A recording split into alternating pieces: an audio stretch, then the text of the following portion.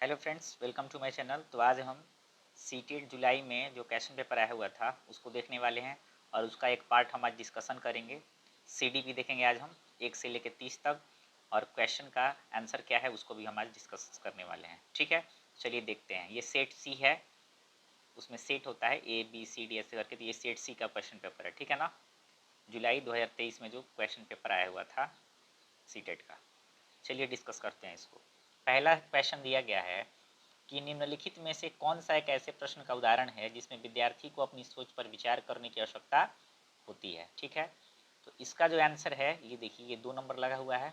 ये 2 नंबर वाला जो ऑप्शन है इसका, कि कक्षा की शुरुआत से क्रियाओं के उपयोग के बारे में आपकी समझ कैसे बदलती है, ये हमारा राइट आंसर हो जाएगा। ठीक है, चलिए दूसरा क्वेश्चन है, निम्नलिखित में से कौन सा विफलता के लिए आंतरिक आरोप का एक उदाहरण है। ठीक है, तो दूसरे का आंसर होगा चौथा, यानी मैं परीक्षा में फेल हो गया क्योंकि मैंने पर्याप्त पढ़ाई नहीं की थी।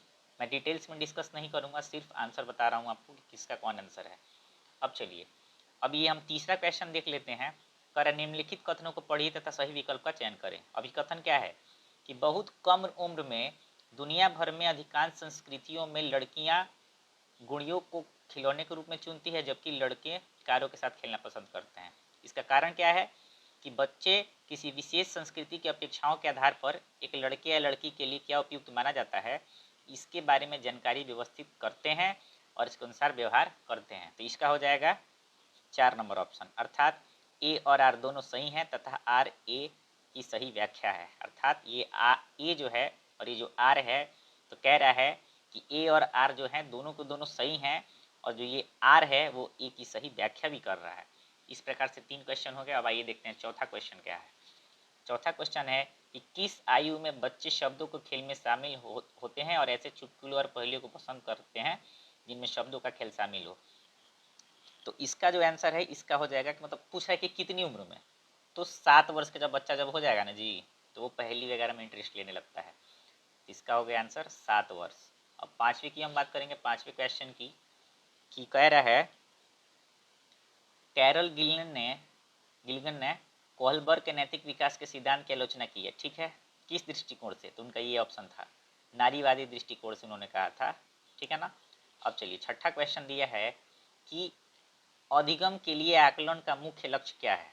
अधिगम के लिए आकलन का मुख्य लक्ष्य क्या है, तो इसका आंसर ये होगा, यानी कि विद्यार्थियों को प्रतिपुष्टि प्रदान करना, जिसका उपयोग कर उनके अधिगम में सुधार लाने के लिए किया जा सकता है। तो छठा का 1 नंबर ऑप्शन हो गया। सातवीं की बात हम करते हैं कि शैशवावस्था में सामाजिकरण की डैश संस्थाएं प्रमुख रूप से महत्वपूर्ण हैं, जबकि प्रारंभिक बाल्यावस्था में सामाजिकरण की डैश संस्थाएं भी महत्वपूर्ण हो जाती हैं। तो यहाँ पे होगा प्राथमिक और माध्यमिक, यानी चौथा हमारा सही आंसर है। यहाँ हो जाएगा कि शैशवावस्था में सामाजिकरण की प्राथमिक संस्थाएं प्रमुख रूप से महत्वपूर्ण हैं, जबकि प्रारंभिक बाल्यावस्था में सामाजिकरण की माध्यमिक संस्थाएं भी महत्वपूर्ण हो जाती हैं। तो ये 7 क्वेश्चन हमने डिस्कस कर लिए। अब चलिए देखते हैं 8 नंबर। तो ये तो डिस्ग्राफिया है, तो डिस्ग्राफिया में आप जानते ही हैं, यानी लिखने में बच्चा त्रुटि करता है, तो डिस्ग्राफिया है। तो क्या लिखेंगे कि एक तंत्रिकीय विकार है जिसकी विशेषता अक्षरों और आकारों को बनाने में कठिनाई से होती है। तो 8वीं का 1 नंबर ऑप्शन हमारा राइट आंसर हो गया। ठीक है, 9 नंबर की बात करेंगे कि प्रतिभावान बच्चों को शिक्षित करने का उपागम जो उन्हें असामान्य रूप से तीव्र गति से पठचर्या के माध्यम से आगे बढ़ाता है, उसे क्या कहते हैं, तो इसको कहा जाता है त्वरण, यानी गतिवर्धन। 9वां है, 9वां तो हो गया। 10वां, शिक्षक जो समावेशी कक्षाओं की दिशा में काम कर रहे हैं उन्हें चाहिए कि वे क्या करें। ये 4 ऑप्शन दिए गए हैं और इसका हमारा जो आंसर है वो है 4 नंबर, यानी 1 2 3, यानी पठचर्या में अनुकूलन करना चाहिए, विविध दृष्टिकोणों को शामिल करें और अपने स्वयं के अंतर्निहित पूर्वाग्रहों की जांच करें। विविधता को बाधा के रूप में, ये तो निगेटिव पॉइंट हो गया, यानी 1 2 3 सही कह रहा है, तो 4 नंबर ऑप्शन में 1 2 3 हमारा मिल जाएगा। अब दिख रहा है कि हार्वर्ड गार्डनर के अनुसार एक दर्शन शास्त्री के पास डैश प्रकार की बुद्धि और मूर्तिकार के पास डैश प्रकार की बुद्धि की मात्रा अधिक होती है। यानी कि दर्शन शास्त्री जो होगा ना, उसके अंदर अंतः व्यक्ति वाली बुद्धि, और जो मूर्तिकार है उसके दिक स्थान की बुद्धि होगी, यानी ये 11 का 1 सही हो गया हमारा। ठीक है, 12 देख लेते हैं। 12 में क्या है, थोड़ा इसको मैं जूम कर देता हूँ। आसानी से आप देख पाएंगे। 12 क्या कह रहा है कि निम्नलिखित में से अधिगम का प्राथमिक लक्ष्य कौन सा है? तो सम आलोचनात्मक चिंतन का विकास। ये रहा हमारा राइट आंसर दूसरा। यानी बच्चे को हम इस प्रकार से उसके अंदर विकास करें, बच्चे के अंदर, कि बच्चा सम आलोचनात्मक प्रकार से चिंतन करके अपना विकास कर सके। ठीक है, याद करने के लिए नहीं देंगे, ये तो नेगेटिव पॉइंट हो जाता है। 13 नंबर का देखें सवाल, विद्यार्थियों को सीखने की शैलियों में विविधता। ठीक है ना, इसका क्या आंसर होगा? इसका ये होगा, को महत्व दिया जाना चाहिए और मानव विविधता के प्रतिबिंब के रूप में देखा जाना चाहिए। यानी ये 13 का 3 आंसर हो गया। 14 का देखते हैं, कह रहा निम्नलिखित कथनों को पढ़े। वही ये आपका कथन वाला क्वेश्चन है, ये आप आसानी से क्वेश्चन को पढ़ लीजिएगा। और इसका जो हमारा राइट आंसर हो रहा है 14 का, तो 14 का राइट आंसर होगा 4। ए आर दोनों सही है और आर ए की सही व्याख्या भी कर रहा है। इसको आप पढ़ लीजिएगा, पढ़ के समझ लीजिएगा। ठीक है ना। 15 को देखें, कह रहा है बच्चे सबसे प्रभावी ढंग से तब सीखते हैं यदि कोई अवधारणा सामान्य से विशिष्ट की ओर। ये सेंटेंस जहां भी आपको मिले सामान्य से विशिष्ट, इसको आसानी से टिक कर दीजिएगा आंख बंद करके, ये सही होगा। तो 15 का 3 हो गया। आइए देखते हैं 16 नंबर का क्वेश्चन क्या है। 16 नंबर क्या कह रहा है? 16 नंबर कह रहा है कि लेव वाइगोत्स्की के अनुसार डैश बच्चों के संकल्पनात्मक योग्यताओं के विकास में महत्वपूर्ण भूमिका कौन निभाता है? तो सहकर्मी सहयोग, ये वाला होगा। यानी कि हमारे ये 16 का 4 हो गया। 17 देख लेते हैं। 17 कह रहा है कि लेव वाइगोत्स्की के सिद्धांत के अनुसार आंतरिक वाक्य क्या है? आंतरिक वाक्य क्या है? तो आंतरिक वाक्य जो है बच्चों के लिए अपनी सोच को नियंत्रित करने की एक तरीका है। बच्चे अपनी सोच को नियंत्रित करते हैं इस प्रकार से सोच के। 17 का 2 हो जाएगा। 18 देख लेते हैं। कह रहे कि 4 वर्ष की अपर्णा कहती है कि एक बटन जिंदा है क्योंकि यह उसकी शर्ट को एक साथ बांधने में मदद करता है। तो जीन पियाजे के अनुसार उसकी सोच की विशेषता कौन सी होगी? ठीक है ना। तो ये है जीववादी चिंतन। जीववादी चिंतन, चूंकि वो अभी 4 वर्ष की है तो उसको निर्जीव और सजीव में फर्क नहीं पता है। तो जब हम जीन पियाजे साहब की सिद्धांतों को पढ़ेंगे तो उसमें हमको ये मिलेगा, यानी वो जीववादी चिंतन कर रही है, यानी किसी भी निर्जीव वस्तु को भी वो जीव समझ लेती है, उसके अंदर अभी इसका विकास नहीं हुआ है। अब चलिए 19 देख लेते हैं। 19 क्या कर रहा है कि निम्नलिखित में स्वालीनता वाले विद्यार्थियों की विशेष विशेषता कौन सी है? तो बार बार दोहराव और आवर्ती व्यवहार, ये हमारा होगा राइट आंसर। 19 का हो गया। 20 देखते हैं। 20 का क्वेश्चन क्या था? 20 नंबर का कि बच्चों में समस्या समाधान कौशल को बढ़ाने के लिए निम्नलिखित में से कौन सा प्रभावी तरीका है? तो ये होगा 2 नंबर इसका, कि उन्हें बुद्धि मंथन करने और सहज अनुमान लगाने का अवसर देना। यानी जब हम कोई प्रश्न देते हैं बच्चे को तो हम उसको समय दें कि वो क्या करे, बुद्धि मंथन करे, यानी प्रश्न के बारे में सोचे और फिर अनुमान लगाए कि इसका उत्तर क्या हो सकता है। तो यही हमारा राइट आंसर है 20। 21 देख लेते हैं। कह रहा है कि देखिए फिर से स्टेटमेंट का क्वेश्चन आ गया। तो 21 जो है, 21 का हमारा 4 नंबर वाला ऑप्शन सही होगा। ध्यान दीजिएगा, ए और आर दोनों सही हैं तथा आर ए की सही व्याख्या है। ये वाला हमारा आंसर 21 का 4 सही हो रहा है। इसे आप पढ़ के समझ सकते हैं। ठीक है ना। अब चलिए आगे देख लेते हैं। 22 क्या है? 22 कह रहा है कि अनुभवात्मक अधिगम किस पर बल देता है? यानी अनुभवात्मक अधिगम, यानी बच्चे को किस चीज़ का अनुभव कराते हैं और उसके द्वारा अगर वो सीखता है तो वो किस चीज़ पर बल देता है? तो 22 का होगा 1 नंबर आंसर। क्या?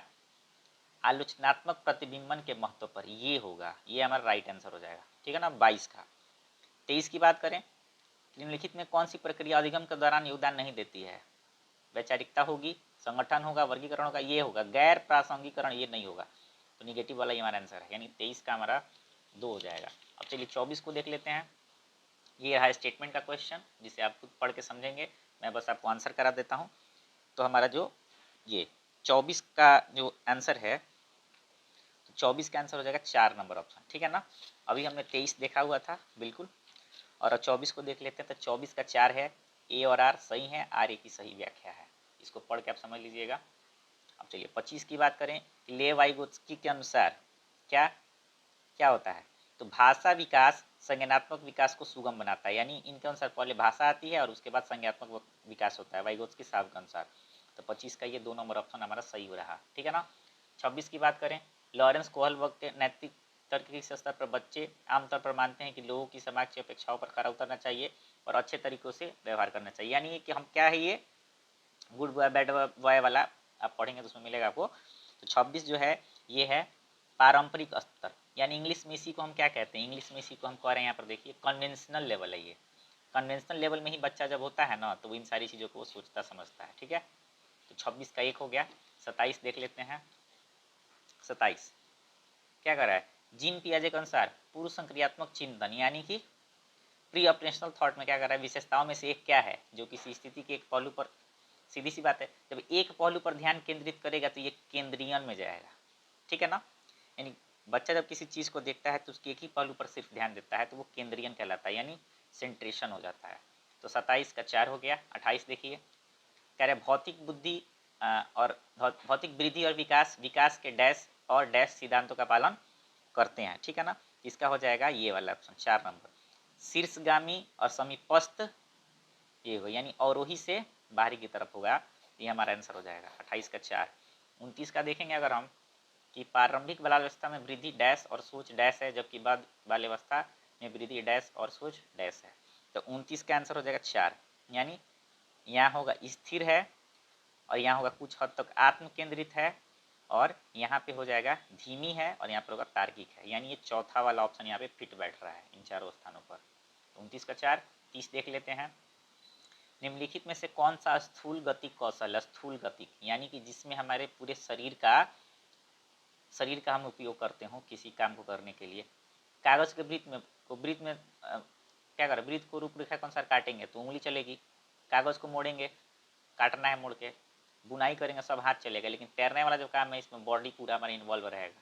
तो 30 का हमारा 4 नंबर ऑप्शन है। ठीक है, तो इस प्रकार से आज हमने सीटेट जुलाई 2023 का ये क्वेश्चन पेपर है, इसका हमने क्या किया, इसका हमने सीडी पे डिस्कशन कर लिया। अगले वीडियो में आपको मैथ्स और फिर अगले वीडियो में ईवीएस और फिर लैंग्वेज को देखेंगे। ठीक है ना, ऐसे करके मैं आपको सारे क्वेश्चन करा दूंगा और उसका आंसर दे दूंगा, जिससे देख करके आप अपनी तैयारी कर सकते हैं। और फिर अगर आप ये दिसंबर वाले सीटेट को भर रखे हैं तो उसके लिए आप प्रिपरेशन करिए, और अगर कोई हेल्प चाहिए तो आप कमेंट बॉक्स में हमको कमेंट करके भी बता सकते हैं। चलिए दोस्तों, मिलते हैं फिर नेक्स्ट वीडियो में एक नए टॉपिक के साथ। तब तक अपना खूब ख्याल रखिए। जय हिंद।